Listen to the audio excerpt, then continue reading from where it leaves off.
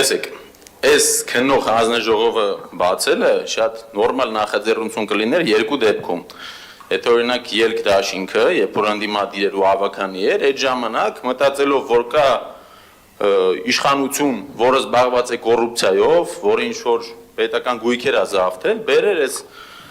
հանձնաժողովը ասել բացեք, որպեսզի քնենք եւ ցույց տանք, թե դուք ինչով եք զբաղված։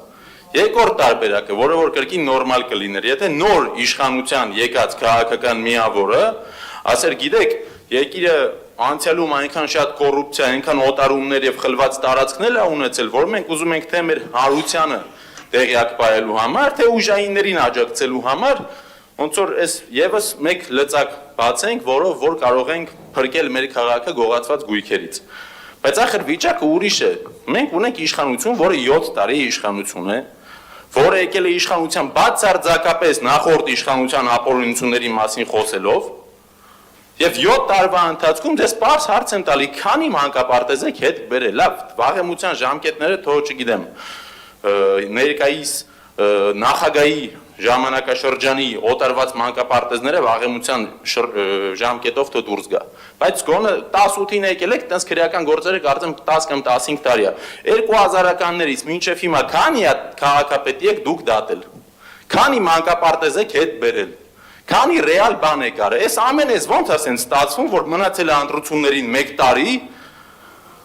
Մայր Հայաստան խմբակցության ներկայացուցիչ ու քաղաքային ակտիվիստը գնում են, բացահայտում են ակնհայտ կոռուպցիա, ակտիվիստին կանչում, քլվում եք, տփում եք, ճամփում եք, հետո է մի հատ է հիմա բան եք բացում։ Հանձնաժողով եք բացում, թե բա տեսեք, մենակ մենք չենք, հենց այն ժամանակ էլ ա եղել։ Ախր այս մարդիկ 18 թվին ձեր կուտը կերան, որովհետև մտածում էին դուք այդ տարածքները հետ եք բերելու։ Կամ էլ մի հատ այդ սա խլված, գողացված, օտարված մանկապարտեզները կալկուլյատորով հաշվեք համընդհանուր ինչքան գումար ա եղել, ու Տիգրան Ավինյանի ղեկավարած անիվի 25 միլիարդ դրամը ասեք, դրանից մեծ է թե փոքր։ Այդ 25 միլիարդը հետ բերեք, սա քաղաքում ամեն շենքի տակ մարդը մի հատ մանկապարտեզ բացանք։ Մեր տարած ու մեր։ Հա, ես դուրը 3 հատ մանկապարտեզ ունեմ, որ ձեզ լավ պայեք, մեկը նվեր կտամ ձեզ։ Ու եւս մեկ դիտարկում այս նախաձեռնությունը, իշխանությունը իր իսկ գործադիր թևին ասում է, որ դու ոչ մի բան ես։ Որովհետև եթե պետությունում կա հակակոռուպցիոն, դատախազություն, ոստիկանություն, ԱԱԾ, այդ բոլորը չեն կարողացել 7 տարում որևէ բան օտարել, Արմեն Գալջյանը հեսա գալիս է բացի հանձնաժողով ու սա հետ բերի։ Ոնց ԱԺ-ում 44 օրյա պատերազմի հանձնաժողով բացեցիք Անդրանիկ Քոչարյանը դրիկ գլխին, դրա համար մինչև այսօր որ դավաճան ունենք, ոչ մի բան չունենք, մի ամիտ պատերազմ ենք պարտվել, մի ամիտ 5000 հոգի մահացել է։ Ապրեք, ես կանանց չեմ արձագանքում, տիկին։ Ամեն դեպքում,